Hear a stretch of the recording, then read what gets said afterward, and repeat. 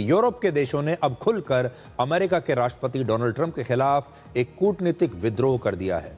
अब से थोड़ी देर पहले डावोस में चल रहे वर्ल्ड इकोनॉमिक फोरम के मंच से राष्ट्रपति ट्रंप ने भी यूरोप के देशों को एक करारा जवाब दिया है। ट्रंप ने वहां पर कहा कि अमेरिका ही पूरी दुनिया में विकास का सबसे बड़ा इंजन है और बिना अमेरिका के दुनिया के ज्यादातर देशों का काम नहीं चलेगा।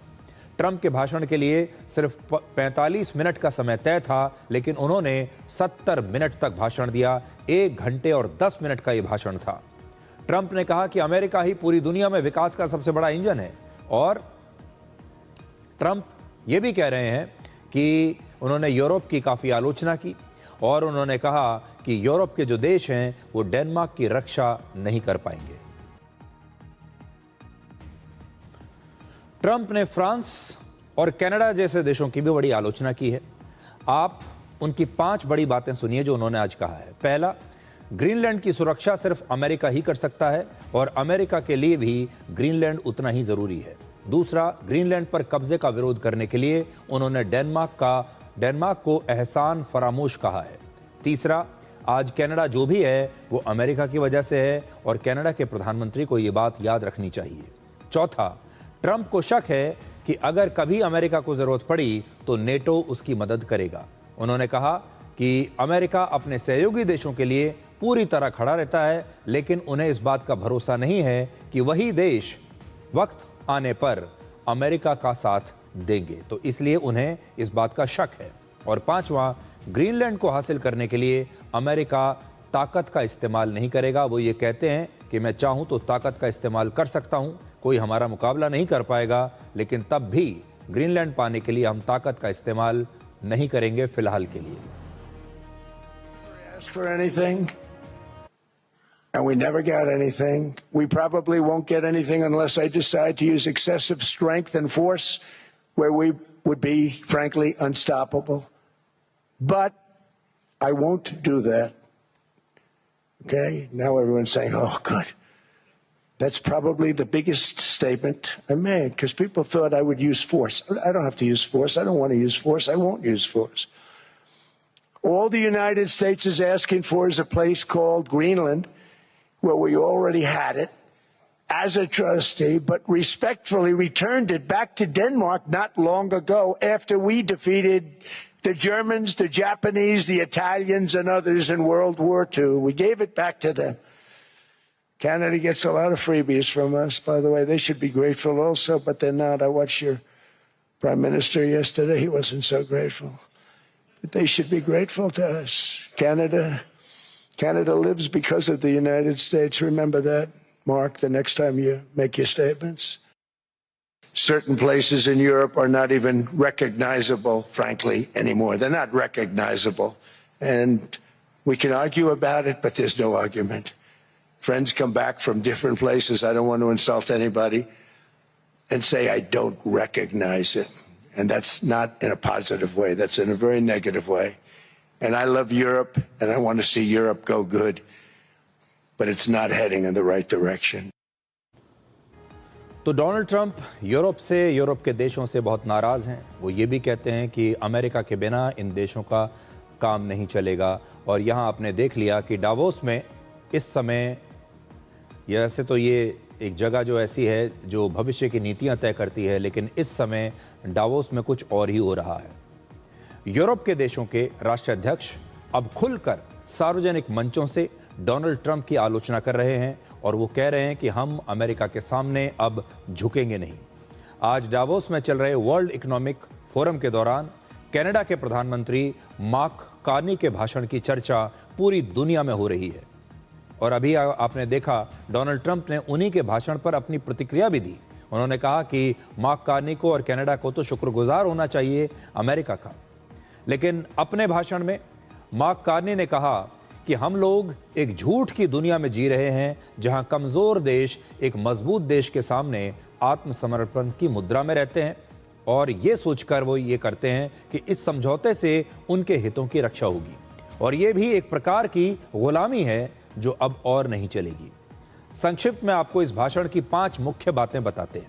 पहला, अमेरिका के दबदबे वाली वैश्विक व्यवस्था अब खत्म हो चुकी है और दुनिया किसी बदलाव की तरफ नहीं बल्कि टूटने की तरफ आगे बढ़ रही है। दूसरा, दुनिया कभी भी पूरी तरह नियमों और अंतर्राष्ट्रीय कानूनों के हिसाब से नहीं चली, यह हमेशा ताकत और हितों के हिसाब से आगे बढ़ती है। तीसरा, ताकतवर देश अपने फायदे के लिए आर्थिक रिश्तों, टैरिफ और सिस्टम को हथियार बनाकर दूसरे देशों को मजबूर करते हैं।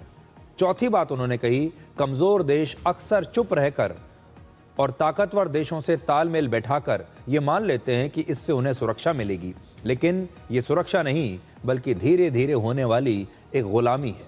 और पांचवां, कनाडा ने तय किया है कि वो अब ताकतवर देशों के हिसाब से नहीं बल्कि सच बोलकर और समान सोच वाले देशों के साथ मिलकर आगे बढ़ेगा। अब आप उनका ये भाषण सुनिए।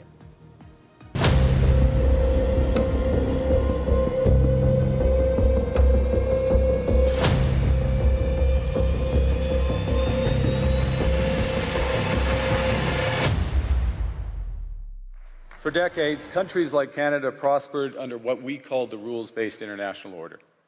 We joined its institutions, we praised its principles, we benefited from its predictability. And because of that, we could pursue values-based foreign policies under its protection. We knew the story of the international rules-based order was partially false, that the strongest would exempt themselves when convenient, that trade rules were enforced asymmetrically. And we knew that international law applied with varying rigor depending on the identity of the accused or the victim. This fiction was useful. And American hegemony in particular helped provide public goods, open sea lanes, a stable financial system, collective security, and support for frameworks for resolving disputes. So we placed the sign in the window. We participated in the rituals. And we largely avoided calling out the gaps between rhetoric and reality. This bargain no longer works. Let me be direct. We are in the midst of a rupture, not a transition. But more recently, great powers have begun using economic integration as weapons. Tariffs as leverage, financial infrastructure as coercion, supply chains as vulnerabilities to be exploited. You cannot live within the lie of mutual benefit through integration when integration becomes the source of your subordination. Argue the middle powers must act together because if we're not at the table, we're on the menu. But I'd also say that great powers can afford for now to go it alone. They have the market size, the military capacity, and the leverage to dictate terms. Middle powers do not. Canada के प्रधानमंत्री ने बहुत बड़ी बात कही है और Davos में जाकर पूरी दुनिया के सामने उन्होंने ये कहा है कि अब वो अमेरिका जैसे देशों के सामने और नहीं झुकेंगे। उन्होंने बाकी के जो देश हैं उनसे भी ये कहा है कि अमेरिका को और शक्तिशाली देशों को खुश करना बंद कीजिए। इस भाषण को सुनने के बाद ऐसा लगता है जैसे कनाडा के प्रधानमंत्री की अंतरात्मा अब जाग गई है और वो अमेरिका से अब कह रहे हैं कि अब बस बहुत हुआ। डावोस का वर्ल्ड इकोनॉमिक फोरम एक बहुत बड़ा मंच है जहां पर बोली गई एक एक बात पूरी दुनिया तक पहुंचती है और यहां से दुनिया की नई आर्थिक और रणनीतिक नीतियां तय होती हैं। और इस मंच से डोनाल्ड ट्रंप के खिलाफ इस प्रकार का खुला विद्रोह बहुत मायने रखता है। आज ब्रिटेन के प्रधानमंत्री कीयर स्टारमर ने भी कहा कि वो ग्रीनलैंड के लिए और टैरिफ की धमकियों पर अमेरिका के राष्ट्रपति ट्रंप के दबाव में नहीं झुकेंगे। That threats of tariffs to pressurize allies are completely wrong. Mr. Speaker, we will continue to engage constructively. I've had many international calls in recent days, and the Prime Minister of Denmark is coming to the United Kingdom tomorrow for bilateral talks. But I do want to be clear with the House. I will not yield, Britain will not yield on our principles and values about the future of Greenland under threats of tariffs. The words from President Trump were expressly intended to put pressure on me to yield on my principles. what he said about Chagos was literally in the same sentence as what he said about Greenland. That was his purpose. And the future of Greenland is a binary issue that is splitting the world at the moment with material consequences. I've been clear and consistent in my position on the future of Greenland. The future is for Greenland and the Kingdom of Denmark alone. तो देखिए, Britain के प्रधानमंत्री अपने देश की संसद में खड़े होकर ये कह रहे हैं कि वो अमेरिका के सामने नहीं झुकेंगे और अमेरिका के राष्ट्रपति डोनाल्ड ट्रंप उन पर दबाव डाल रहे हैं कि वो अपने सिद्धांतों से समझौता कर लें, लेकिन ब्रिटेन अपने सिद्धांतों से समझौता नहीं करेगा। और ग्रीनलैंड को लेकर ब्रिटेन का जवाब है नहीं, ब्रिटेन ग्रीनलैंड को अमेरिका तक नहीं पहुंचने देगा। ब्रिटेन अमेरिका का सबसे करीबी सहयोगी है, लेकिन वो भी ग्रीनलैंड के मुद्दे पर डेनमार्क के साथ है और ट्रंप के खिलाफ है। इससे एक दिन पहले फ्रांस के राष्ट्रपति इमैनुअल मैक्रो भी ये कह चुके हैं कि यूरोप को अमेरिका की ताकत के सामने अब और नहीं झुकना चाहिए। We do believe that we need more growth, we need more stability in this world. But we do prefer respect to bullies, we do prefer science to plotism, and we do prefer rule of law to brutality.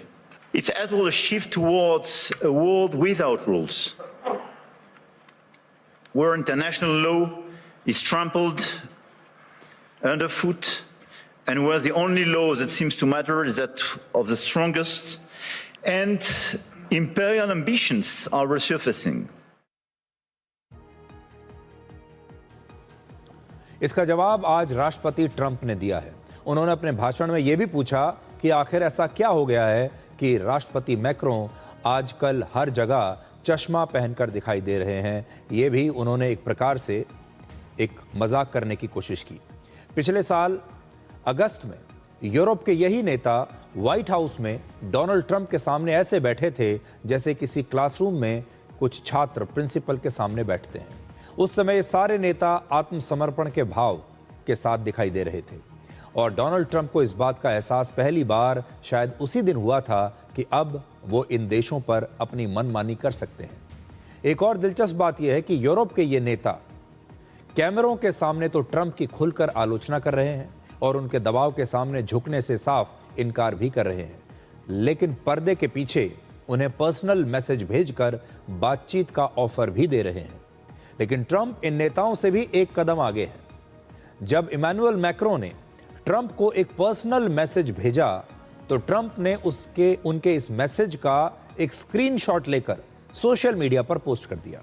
इस message में macro ने कहा था, my friend, मतलब मेरे दोस्त, हम सब सीरिया और ईरान के मुद्दे पर आपके साथ हैं, लेकिन ग्रीनलैंड के मुद्दे पर आपको क्या हो गया है। उन्होंने आगे लिखा कि मैं G7 देशों की एक मीटिंग का आयोजन कर सकता हूं और हम सब लोगों को डावोस के बाद पेरिस में मिलना चाहिए और साथ में डिनर करना चाहिए। मैं बड़ी स्क्रीन पर आपको दिखाता हूं मैक्रो ने जो मैसेज किया है।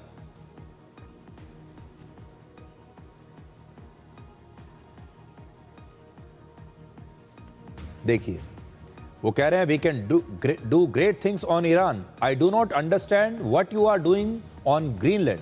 Let us try to build great things. I can set up a G7 meeting after Davos in Paris on Thursday afternoon. I can invite the Ukrainians. और उन्होंने लिखा है रशियंस को भी बुला सकता हूं, सीरियंस को भी बुला सकता हूं। और वो कह रहे हैं, let us have a dinner together in Paris on Thursday before you go back to United States.